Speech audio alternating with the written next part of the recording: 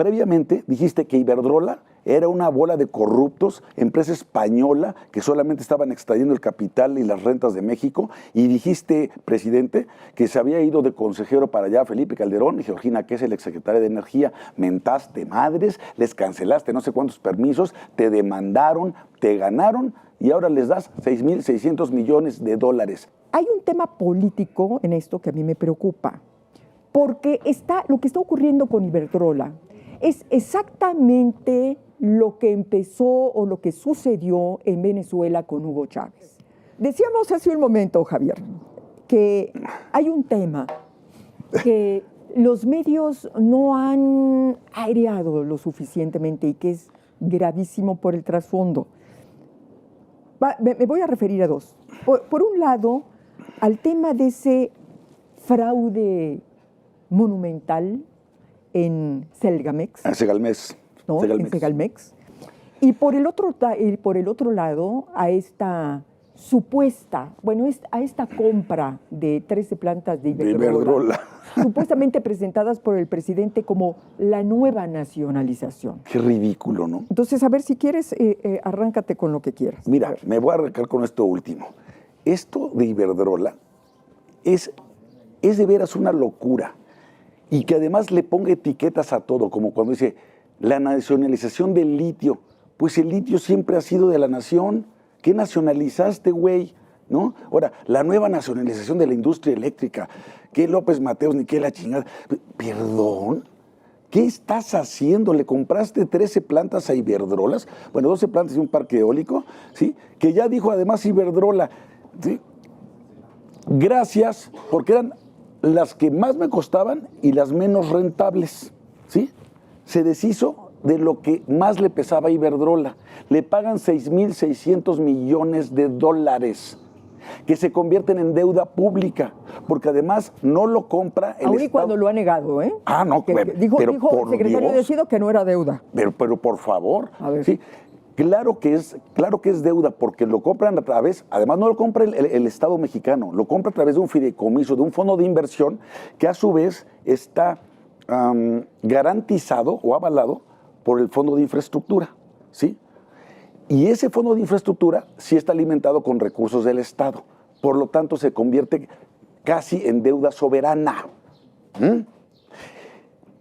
Compras esas 13 plantas y dice, ¿para qué? Y dice Bartlett, con esto ya vamos a alcanzar, vamos a poder producir el 55% de la energía eléctrica del país, que era la intención, ¿te acuerdas?, de López Obrador cuando dijo que el gobierno, el Estado produzca el 54% y los particulares el 46%.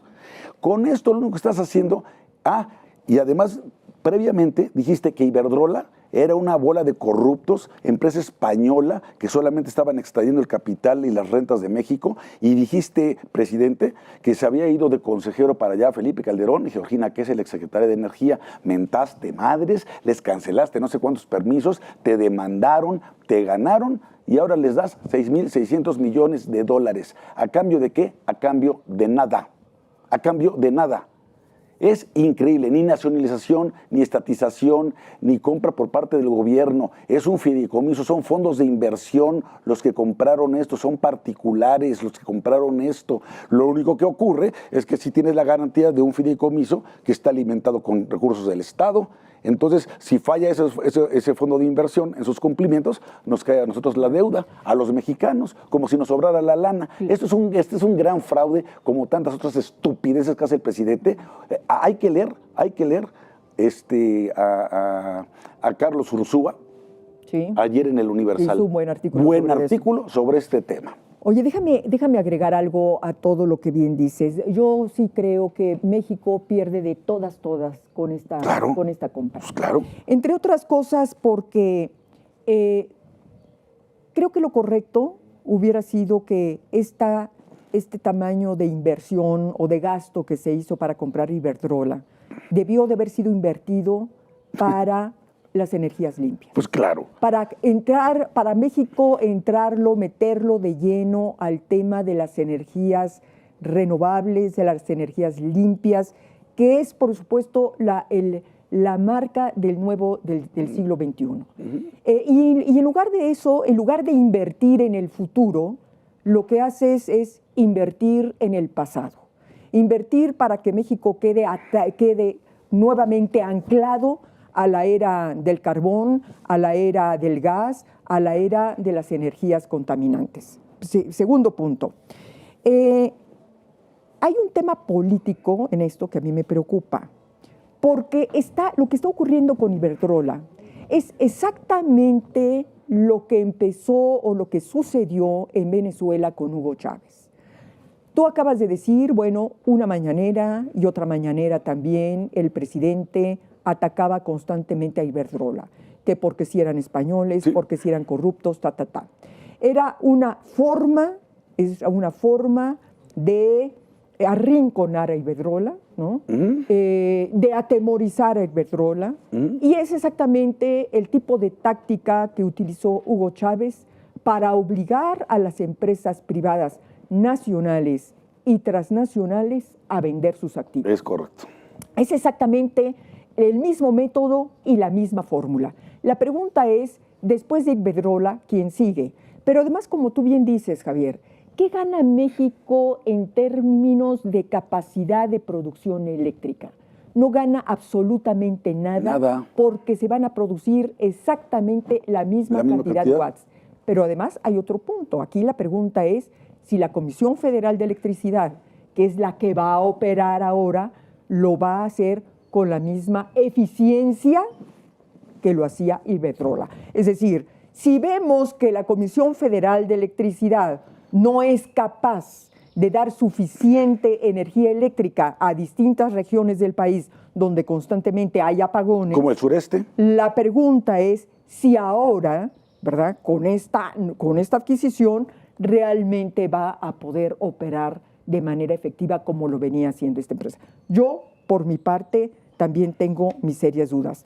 Pero además hay otra cosa que me parece que la señal de esta compra a fuerza de Iberdrola, pues provoca una enorme incertidumbre, pues claro, añade incertidumbre a la inversión nacional e internacional, ¿no? Y como tú bien dices, bueno, aumenta la deuda pública, aunque lo niegue, ese día pues lo negó el secretario de Hacienda, pero volvemos a las mismas. Este es un tipo de compra, una compra más, caracterizada por la opacidad, por la transparencia, porque no sabemos bien a bien exactamente cómo se hizo, de cuánto fue y en qué términos. Mira, hace un momento decías tú algo, y me consta que así funcionaban los gobiernos, porque yo participé, digo, muy honrosamente en varios gobiernos anteriores. Decisiones de esta naturaleza se tomaban después de muchas horas de análisis, sí, claro, estudios, reuniones, ponderación de pros y contras, visión de futuro, finanzas públicas, reuniones de gabinete, porque no solamente eran reuniones, las reuniones de gabinete así todos juntos no sirven de gran cosa. Había reuniones temáticas. Y con técnicos, me imagino. Con técnicos. Con expertos. Y con expertos. No hay producto de ocurrencias. Aquí ese es el tema, esa es la palabra, ocurrencia. Sí. El presidente, lo malo de las mañaneras, lo bueno es que deja constancia de las estupideces que piensa y dice y hace. Lo malo es que cualquier ocurrencia que sale en ese momento se convierte en política pública. Y que entonces su equipo, su gabinete, lejos de decirle, presidente, eso no jala, y si va a jalar sin mí porque yo me voy, ¿no? Entonces todos se acomodan a esa ocurrencia. La CFE, en los tiempos en que extinguimos Luz y Fuerza del Centro, que por cierto, hoy nuevamente, como cada día 11 de mes, cierran Insurgentes y Reforma a los trabajadores del ESME para mentar madres. No obstante, quiero que sepa que con sus impuestos y con los de nosotros, le están pagando pensiones vitalicias a quienes no merecían jubilación, extrabajadores del ESME que no aceptaron su liquidación en su momento, sin tener fundamento legal alguno. Le siguen regalando dinero a manos llenas al ESME y el ESME sigue mentando madres porque no sé qué más quiere. Pero bueno, cuando le pasamos todo eso a la CFE con 12,000 trabajadores hacía lo que la Luz y Fuerza del Centro hacía con 44,000, ¿ok? era súper eficiente en la época de Tito Elías Ayub. Sí, claro. Y con un Suterm que estaba bien alineado a la dirección general y que no daba lata.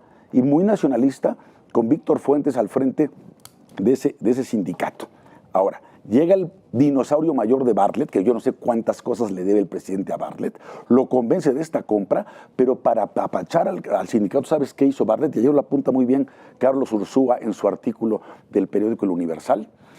Dice, que no sabe nada de energía, pero sí es bueno para la grilla, ¿sabes qué hizo para contentar al Suterm, al sindicato, para que siga aquí comiendo de su mano? Bajó la edad de jubilación de 65 a 55 años. ¿Qué está pasando con Macron en Francia, perdón? Sí. ¿Qué está pasando? Le están incendiando literalmente el país por su política de aumentar la edad de jubilación por una sola, simple y sencilla razón. Si aumenta la expectativa y la esperanza de vida, es lógico que también aumente la edad de jubilación de las personas, porque una vez que te jubilas, dejas de trabajar, pero sigues recibiendo tu dinero. ¿Quién demonios produce ese dinero para más años de vida que vas a tener? Es un poco lo que pasa con los matrimonios. Cuando decías, hasta que la muerte nos separe, sí, pero cuando eso se inventó, la expectativa de vida eran 39 años. ¿No? No tengo madre. Bueno. Bueno, entonces ahora baja a 55 años la esperanza de vida en la CFE, y yo me pregunto, igual que tú, ¿y van a trabajar con la misma eficiencia que Iberdrola? Por supuesto que no. Por supuesto que no. ¿Y saben cuál es el riesgo de que aumenten las tarifas? Muy alto. Y si no aumentan las tarifas, ¿saben qué va a pasar? Como pasa con la gasolina, a subsidiarla por parte del Estado. ¿Quién la termina pagando? Nosotros mismos.